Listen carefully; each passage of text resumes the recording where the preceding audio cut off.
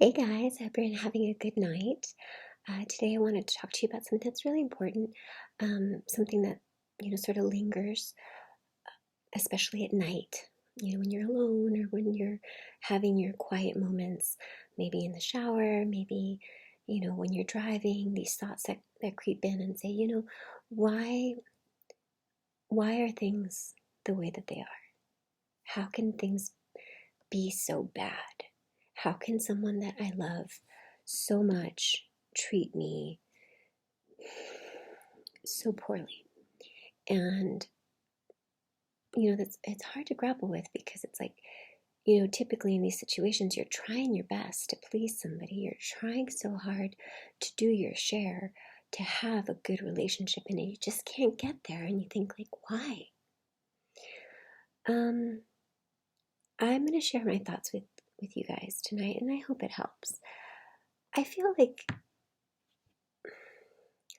I feel like victims of narcissistic abuse tend to have similar personalities. They're very giving, very kind, very generous, very tolerant, um, willing to look the other way, willing to give chances. And that's a really beautiful thing, like really beautiful. And I feel like God really likes that. The generosity, the the nurturing, the giving, the just that beautiful spirit of wanting to help, wanting to give all you can, and being very considerate of others.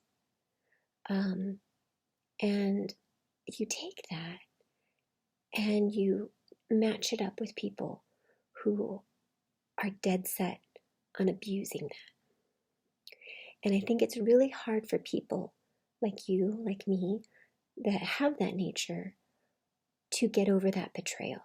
So, or to get over, if it's a big bang betrayal, like that's really heartbreaking, or if it's a day-to-day continual grind where you're just continually getting let down, that's really hard to deal with because you don't understand that you're giving so much and you're not getting anything but heartache back. So my belief in this whole thing is that the narcissist in my life, the narcissist in your life, unfortunately, they're here to steal, kill, and destroy. They're here to steal your peace and kill your joy.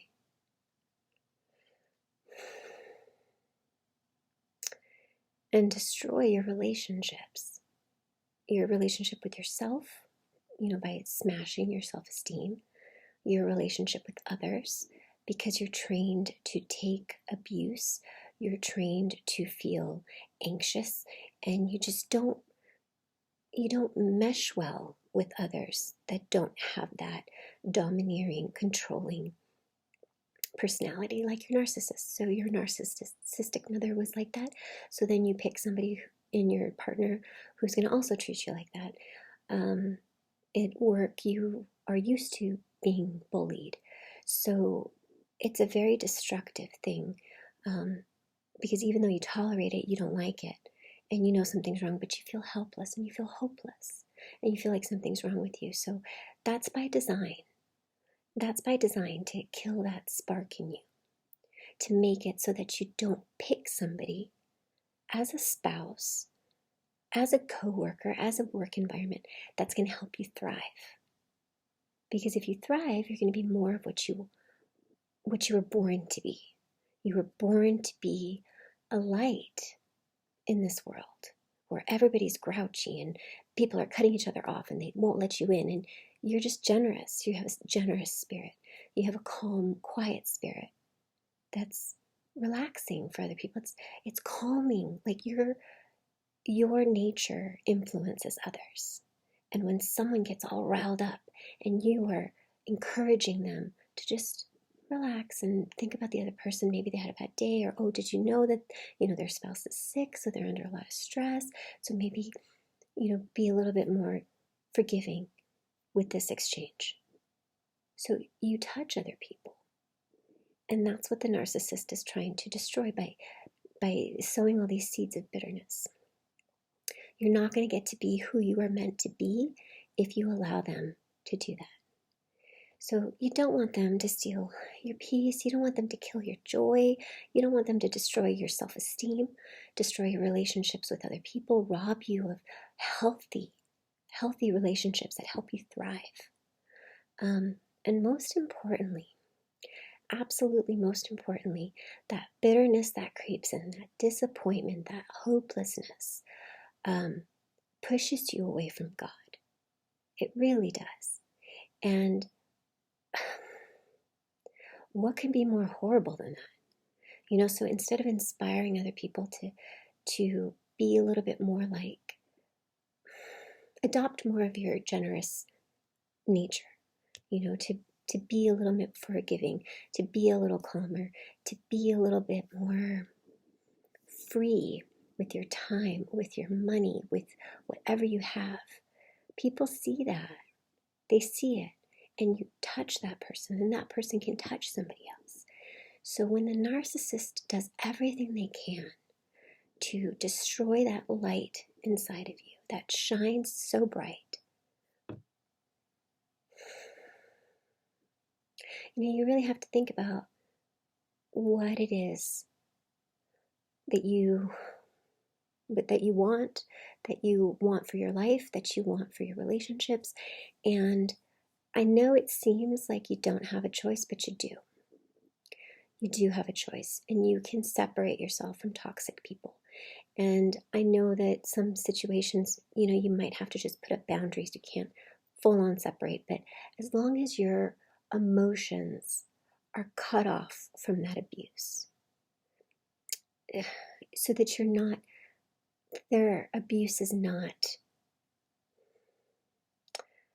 making you out to be some sort of puppet, where they pull your strings, and they pull your happy string, and they pull your sad string, and they pull your disappointed string, and they pull your rage string, they pull your heartache string. It's like you weren't made to be a puppet. You have a choice. And as hard as it is, and whoever it is, your mom, your dad, your spouse, whatever, your child, whatever it is, if you don't want to be treated like that, no one can treat you like that unless you allow it. No one can just be in your life if they're not welcome. So think about that. Think about what you're worth. Think about all the good that you could do if you were allowed to thrive instead of having, like a little plant, you need water, you need sunshine. If someone shoves you in a closet and only pours vinegar on you, like how well can you possibly do? But then I think of like all those pictures with the concrete and the little plant coming out of it. It's like, you're probably much more resourceful, and you can persevere, and you can get through this, and this will just be a chapter in your life that was dark, but you take from it and you learn, like, okay, I need to be more assertive. I need to have harder boundaries. I need to know what makes me happy, and I need to know what makes me sad, and I need to recognize who I'm around when I feel sick, like emotionally sick. So these toxic people, when they are around you, you physically have a reaction to it. Maybe you get really anxious, maybe you get scared, maybe you're walking on eggshells, maybe you get angry, maybe you shut your mouth and you're just angry and you're fuming. So you have a physical response to that. So pay attention to that. Don't shove it down. Pay attention and make adjustments. So I wish you guys the best of luck. I'm so sorry that people do this to you or did this to you, but this is not the end of your life. Like, you have so much more that you can do. So, as always, I'm going to tell you to forgive, recognize them for what they are and what they're doing and what their purpose is, and then just say, got it, and make adjustments. Change your life. You can do whatever it is that you want to do. It's up to you. And people will treat you however you allow them to treat you. So you can do this. You can get past this. I know that you can. Many people do. And it's a lot nicer on the other side. I hope you have a wonderful night, and God bless, and try with all your heart to forgive. And forgive does not mean to stick around. Forgive just means when you go to sleep at night, you're not like grumble, grumble, grumble, I hate them. When you go to sleep at night, you're not crying. You get your joy back. You can enjoy things again. You get your peace back. And you feel good about yourself. You feel good around other people. And you feel good with your relationship with God. So I hope you have a good night. I hope this is helpful. And I'm rooting for you guys. You know that. So I'll talk to you guys again soon.